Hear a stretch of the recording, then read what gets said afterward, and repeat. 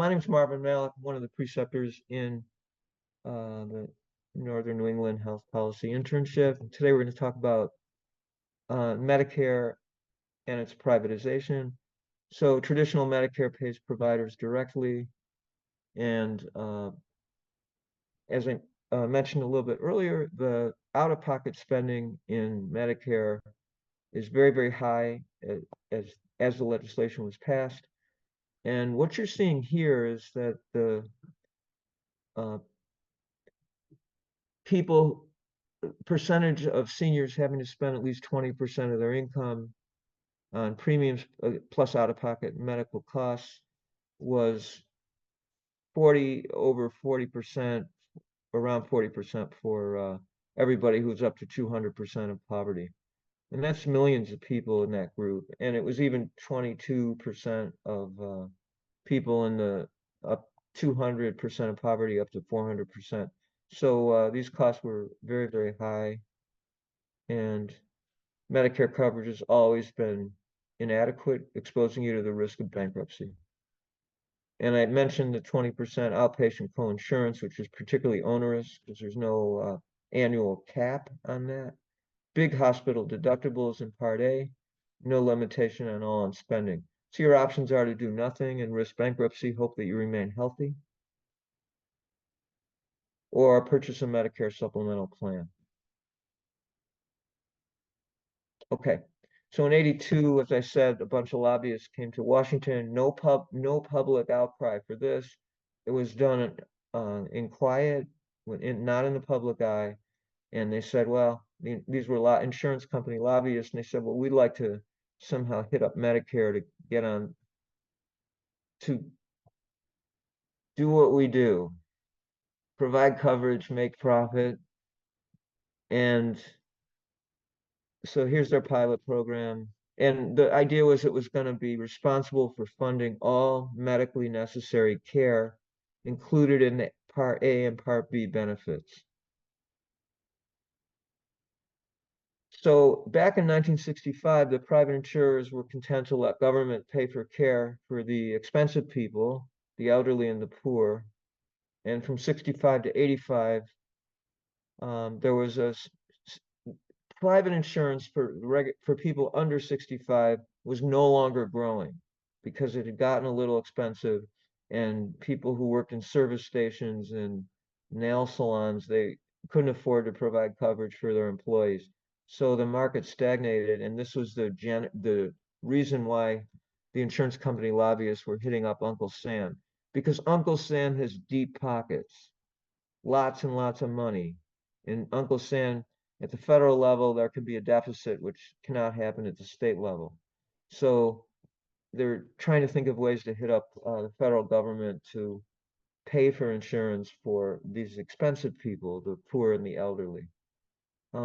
We'll talk about Medicaid more at another time, but today we'll focus on the elderly and Medicare population.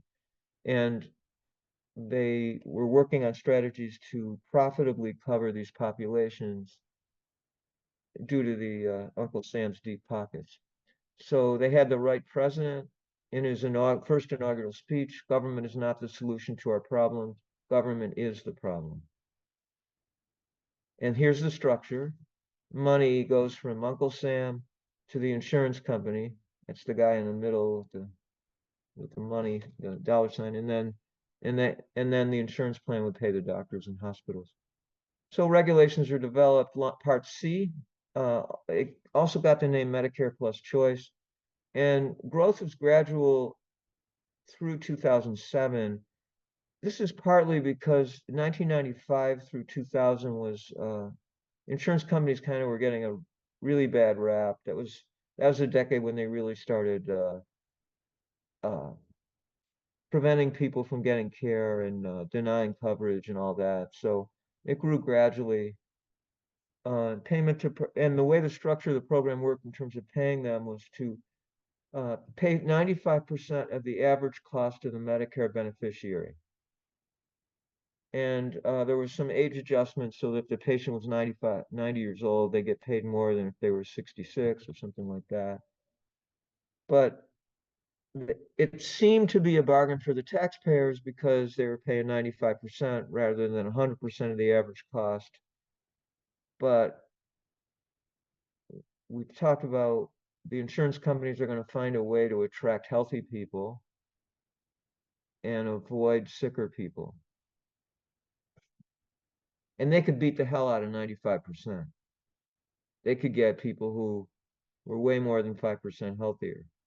They were saying that we're just more efficient because we're in the private sector, but really the main strategy was to pick off healthy people and avoid the sicker people. Anyway, so here's the Bush Act. They gave it the name, the Medicare Modernization Act of 2003, but the act was the genesis of the act, as I said, was the desire of everybody in Medicare to get drug coverage, and so they renamed it. And I just want to warn you that in business, even more than government, things get renamed a lot, and the terminology is rebranded. So it got rebranded to be called Medicare Advantage. Now, even that, if you think about it, if you were going into Medicare Part C, you would just say, well, it is what it is. But Medicare Plus Choice makes it sound better. Like now I have choices. And by rebranding it Medicare Advantage, now it sounds like you really have an advantage. So even by allowing that name in the legislation, the federal government's already uh, promoting the private plans over regular old Medicare, which can be sometimes called traditional Medicare or original Medicare. So the alternative then was the Medicare Advantage system, which had been rebranded. And yes, most of the money in the act was going to be for drugs, but they did make some changes in the structure of Medicare payment as well. And they implemented, because everyone involved knew that the insurance companies who were in Medicare Plus Choice were picking off healthy people, and it was kind of a scandal. They completely changed how the plans were paid. And this hierarchical condition coding system uh, was initiated. And I think the year that was initiated was 2006. The whole act, even though it was passed in 2003, it didn't really get enacted until 2006. So, in other words, and I'm going to give you some examples of the coding system in a little bit. But vendors began marketing software to insurers to maximize their reimbursement with this new risk-adjusted coding system. And they also implemented a measurement of quality. And if the quality scores of the insurance plan looked good, then they were given extra money by Medicare to provide extra benefits that were not provided in Medicare A and B. And in a minute, we're going to see what they are.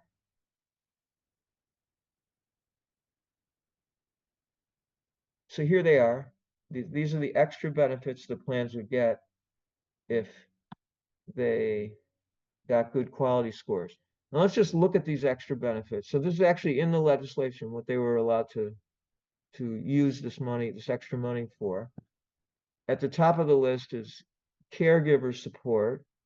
So in other words, if an Alzheimer patient is so bad that they'll wander away, then the caregiver, somebody has to stay with that person all the time. It's often a family member. If the patient has absolutely no family, it could be a paid person, either funded through privately out of the patient's savings, or if they're very poor, Medicaid would actually cover that. But the reason it's added is because it's not part of the original Medicare benefit. It could be telemonitoring. So people who need telemonitoring have at least likelihood cardiovascular disease, so they're a little sicker. Bathroom safety. Now, I climbed a mountain the other day. I'm over 65. I don't need the bathroom safety benefit. And I'm an attractive person for these companies because I climbed a mountain the other day. So I don't have heart disease. I knew how to stay on the trail. I don't have Alzheimer's, at least yet, mostly. And so that's not something that they really are going to attract healthy people with. In-home support, same deal. At the other extreme, at the bottom, and transportation, yeah, I can get to my medical appointments. Even one of my doctors, I bicycle to because you're not that far away. So anyway, people who need transportation are going to be a little sicker than average. People who can't cook. At the other, however, at the other extreme, I need eyeglasses. So in a fitness center, would somebody who can't even get out of their house benefit from a fitness center uh, subsidy? So you can see that the benefits at the bottom are things that happen to even healthy seniors. Yeah, I need a little dental care and I might need hearing aids. And the ones at the top are going to be attractive to people who are much sicker. So here's what they elected to do. They were given a choice of which of the stuff they could provide. Does that surprise you? So what they're doing here is they're going to be able to give benefits that attract healthy people and not even talk about the benefits that these plans chose not to provide with the extra money that most of them get through this bogus, I'm sorry, that they get through this quality monitoring system. So this allowed enrollment to rise that, as I mentioned a little earlier, they gamed the coding system and they were getting extra money through the quality, what's called the quality star system, some name like that. And the growth grew tremendously. So that in 2007, 19% of the Medicare population were in these private plans, the Medicare Advantage plans. And by now it's around 51%. And, uh, and the reason is because they're getting so overpaid.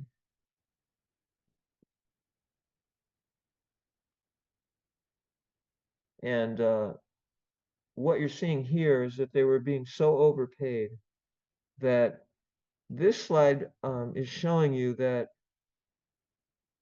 private refers to the covered. This is United Healthcare's profitability. And United Healthcare offers them three major types of product. Private insurance to people under 65, Medicare Advantage plans to people over 65 or who are in the Medicare program. And later we'll talk about the privatization of Medicaid. That's not today. So what you're seeing here is that the amount of profit they make from people under 65 is kind of been stagnant between 2010 and 19, just those 9 years. But they've managed to milk the Medicare program and the Medicaid program also significantly, and that's now been the most profitable portion of their quote portfolio is getting in on the booty from the Medicare Advantage program due to overpayments by the federal government.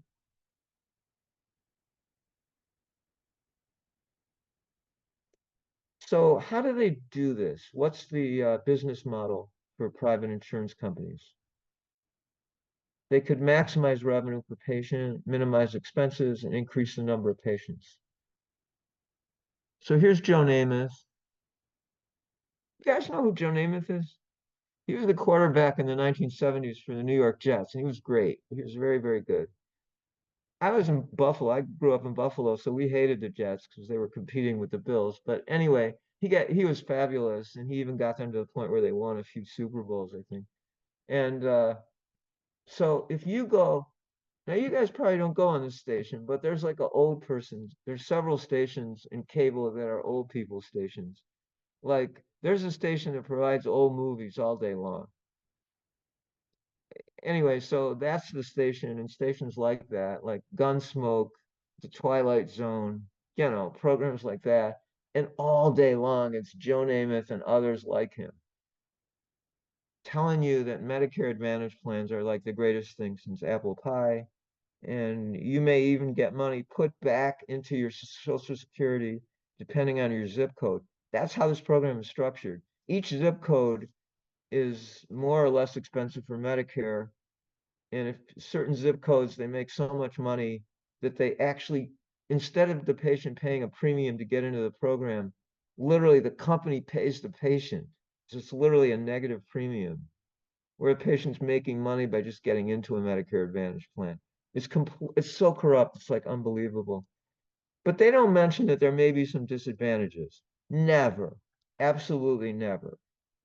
So, and by the way, I just, in case we have time, he's not advertising directly for a Medicare Advantage plan. He's actually advertising for insurance brokers who are also in on the take. And I think Macaulay yesterday or mentioned something like everybody's getting their little, like there's so much money in healthcare that all these micro industries, micro sectors get in the take. They look for a way to get some of that little Medicare money and make some profit. And so the insurance broker industry, they make more money if you sign up for Medicare Advantage than if you sign up for traditional Medicare.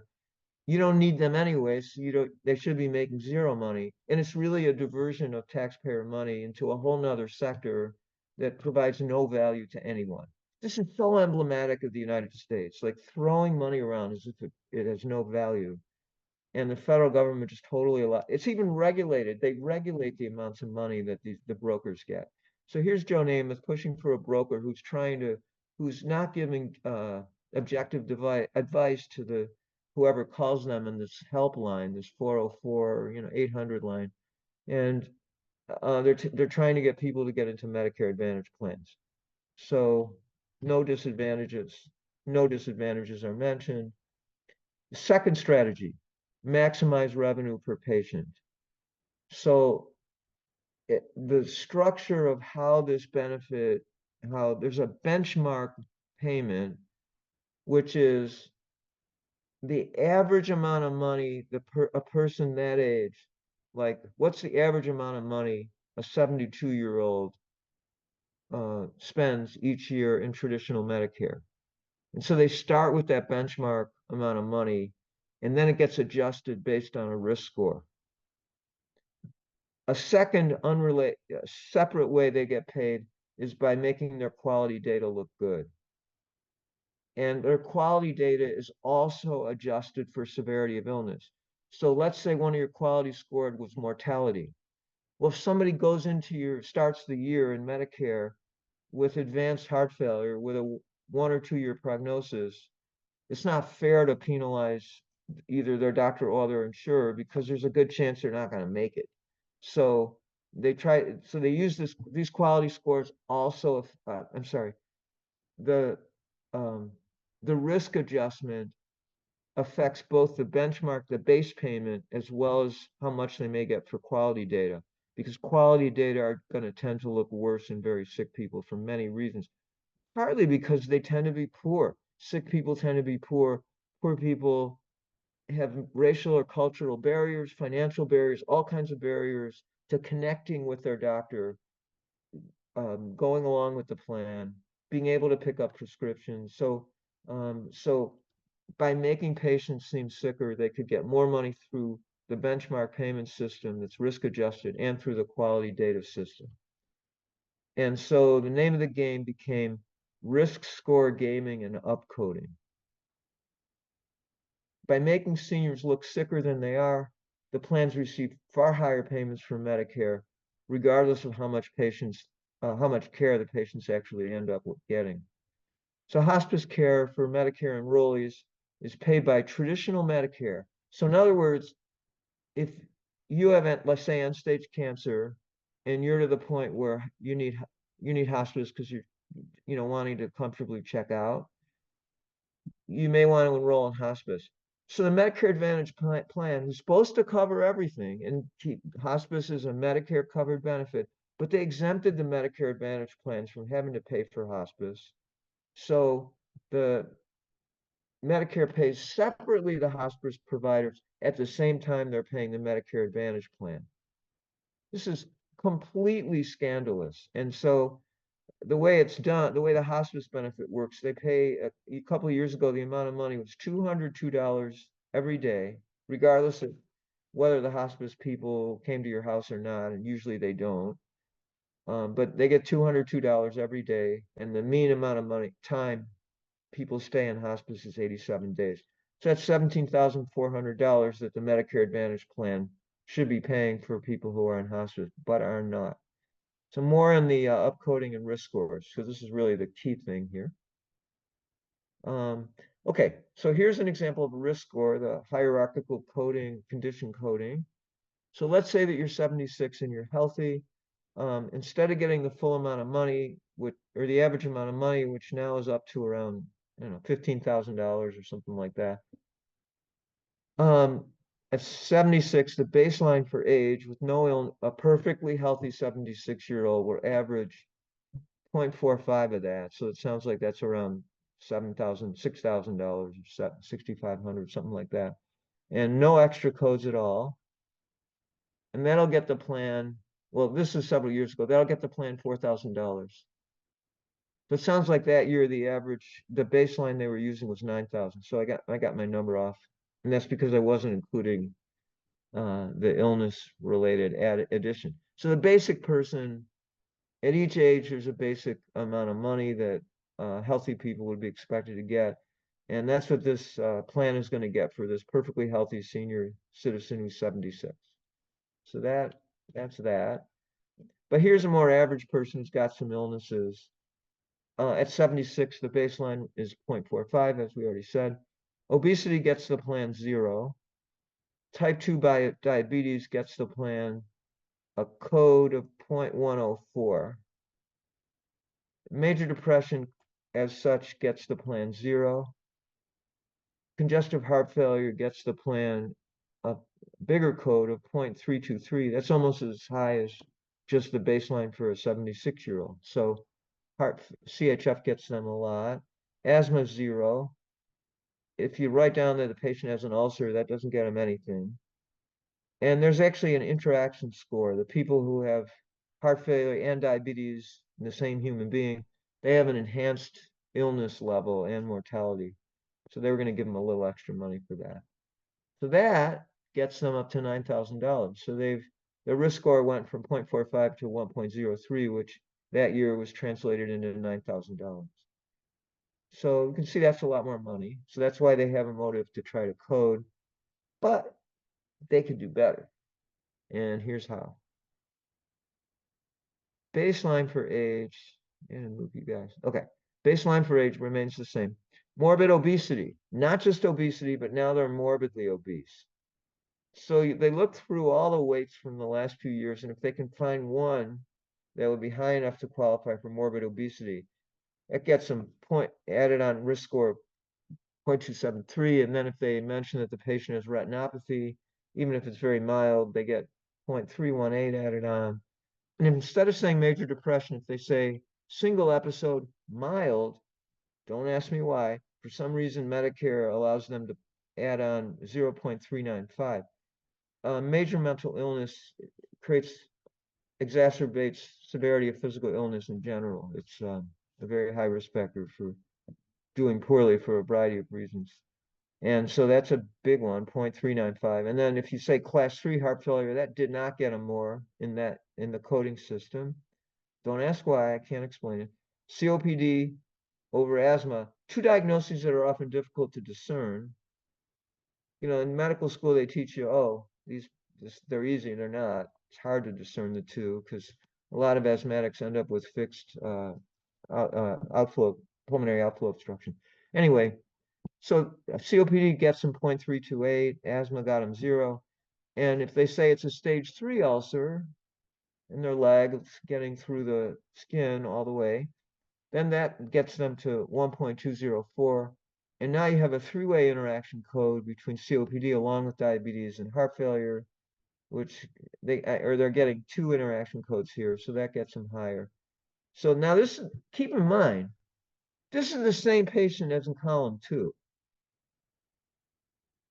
This is the same patient who's obese and has diabetes, but they're just looking at the coding system. The software does this to figure out what the best code will be that will get them the most money. It's the same patient. But now they've milked the coding system to get their annual payment up to $32,000. This is big. This is the biggest single reason why United Healthcare is making so much profit off of Medicare Advantage plans. Humana, a couple of years ago, which is a big Medicare Advantage insurer, they actually stopped insuring people under 65 because they weren't worth the effort. So this program has been really, really milked. And for the first 2 years of the Biden administration, up to the end of the first 2 years, Biden did nothing to change this. And then there was a huge scandal when he tried to crack down on this a little bit that led to a remarkable amount of lobbying. So here's the concept: an incessant search for more codes, higher codes. So home care wellness exams. So what this is talking about is if you look, okay, so let's say that you're a tricky type 1 diabetic, and that the doctor changed your insulin regimen or something, or you have heart failure, your doctor changed the heart failure regimen. You don't, and the patient has trouble getting to the visits because they're physically disabled.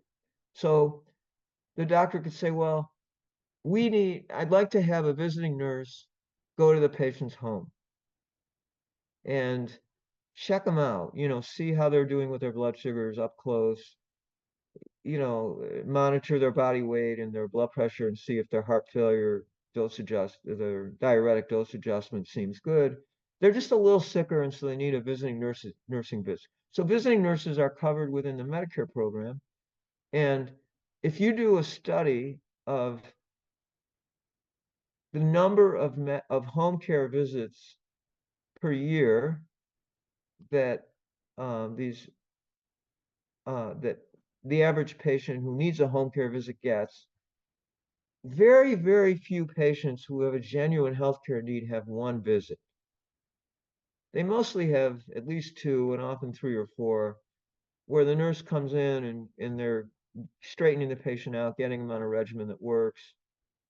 If it doesn't work, they probably end up in the hospital, but the visiting nurses are trying to keep them going at home so they don't need to be hospitalized and or have fewer visits. Anyway, so at the home, so the researchers studied the number of home care visits from a nurse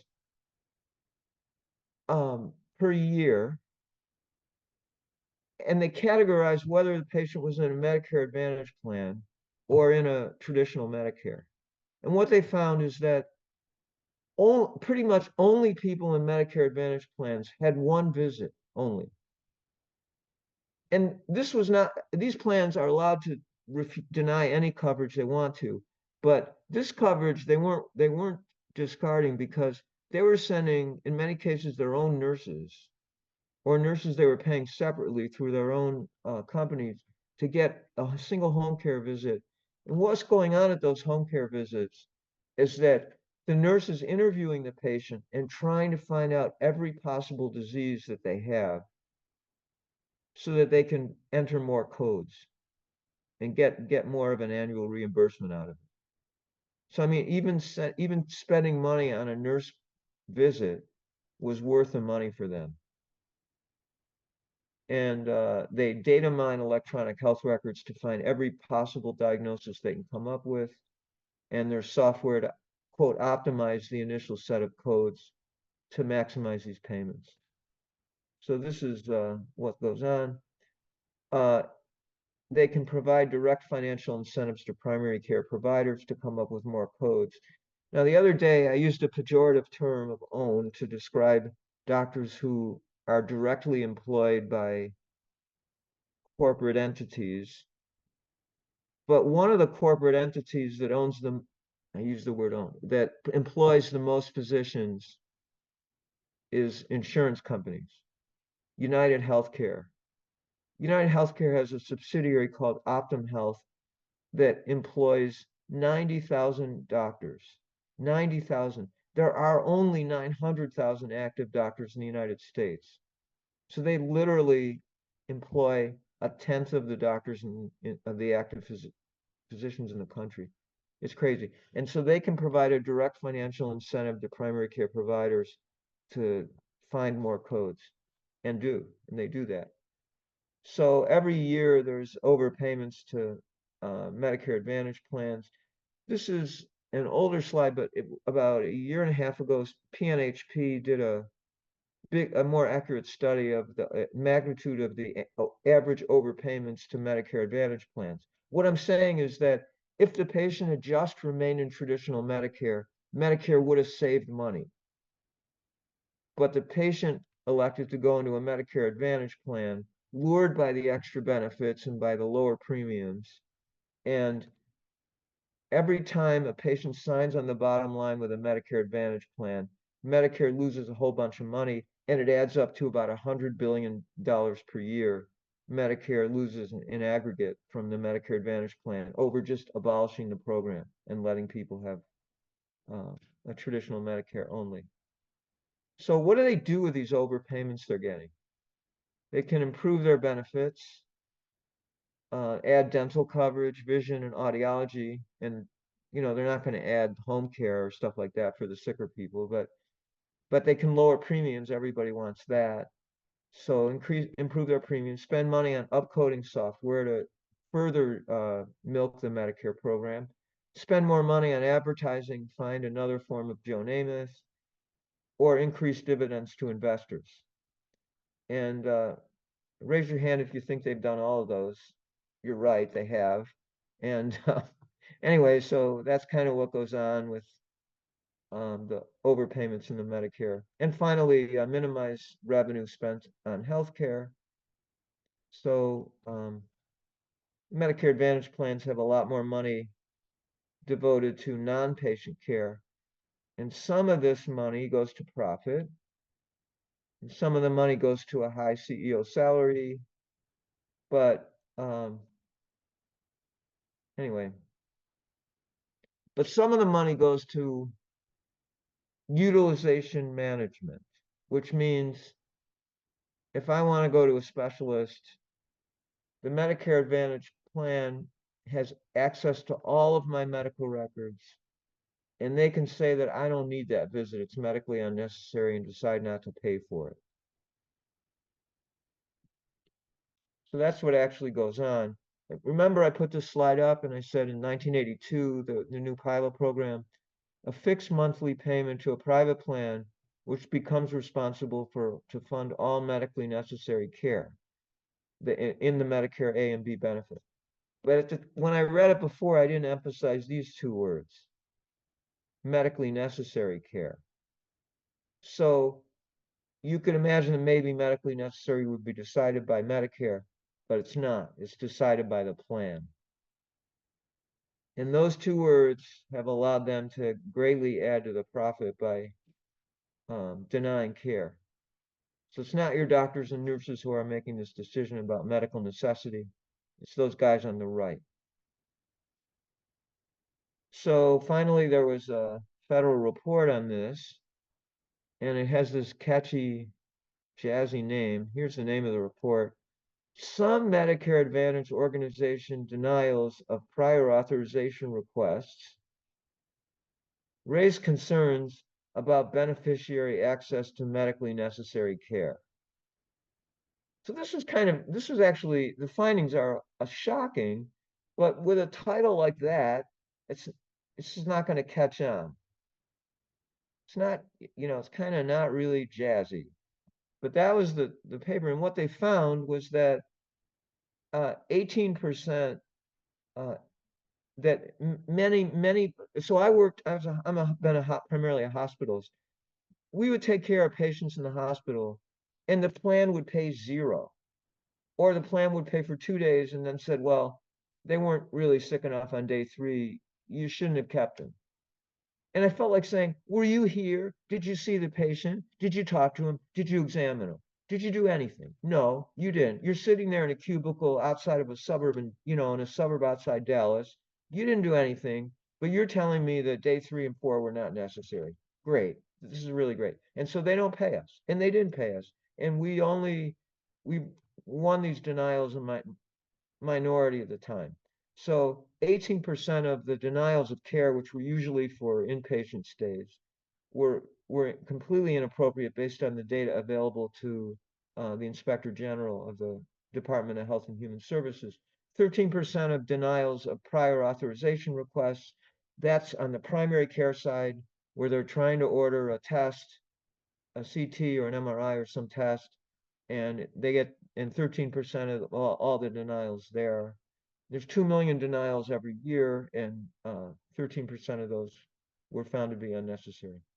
So high copays also discourage care. So the Medicare Advantage plans, they don't they don't make you pay copays if you're getting your annual mammogram, because they really want you to get that mammogram because that's what their quality score is going to be based on.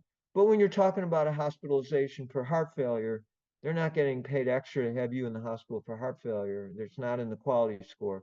So they require co-payments for hospital services, and the annual out-of-pocket maximum last year was 8,300, and that's if you stay within their network. But it's $12,000 if you dare to stray from their network. So if you're actually sick and you end up in the hospital, you can pay a lot of money within if you're enrolled in a Medicare Advantage plan. So the final strategy is narrow networks discourage people from getting care.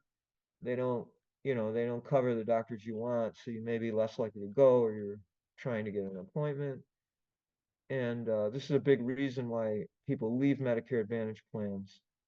They can't get the care they need. Their doctors they want are not in the network. So if you're in a Medicare Advantage plan, you're less likely to go to a top-ranked cancer hospital for all these various surgical oncologic operations. And people who've had a nursing home stay are a lot sicker than people who haven't. So let's look at who disenrolls from Medicare Advantage plans. The people disenrolling from traditional Medicare are the green, because you're allowed to go back and forth at will from traditional Medicare to a Medicare Advantage plan.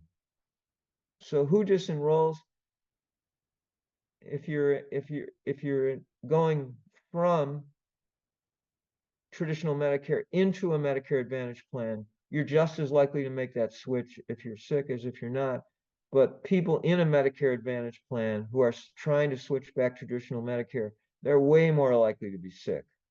So people who get sick want to get out of these plans.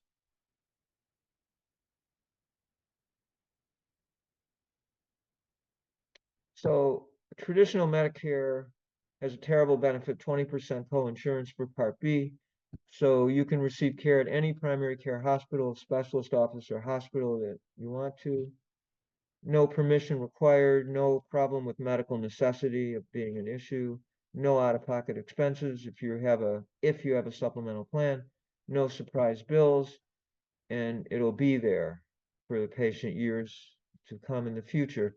But the downside is that $2,000 for the premiums for the private plan, and that's on top of Part B's premium. We can talk about that, which is also about $2,000. So just to enter Medicare with a supplemental plan, I pay $4,000 every year. And my Part D plan, which gets me the drug benefit, costs a little money too. So the moral of the story is Medicare is complex and inefficient, but it's got lower premiums and these extra benefits, dental, vision, and that's the structure, and it's costing Medicare an arm and a leg. Complexity, high overhead and profit, tries to avoid sick people, and has the capacity to turn traditional Medicare into a high-risk pool. It uses all the managed care tools and has narrow provider networks.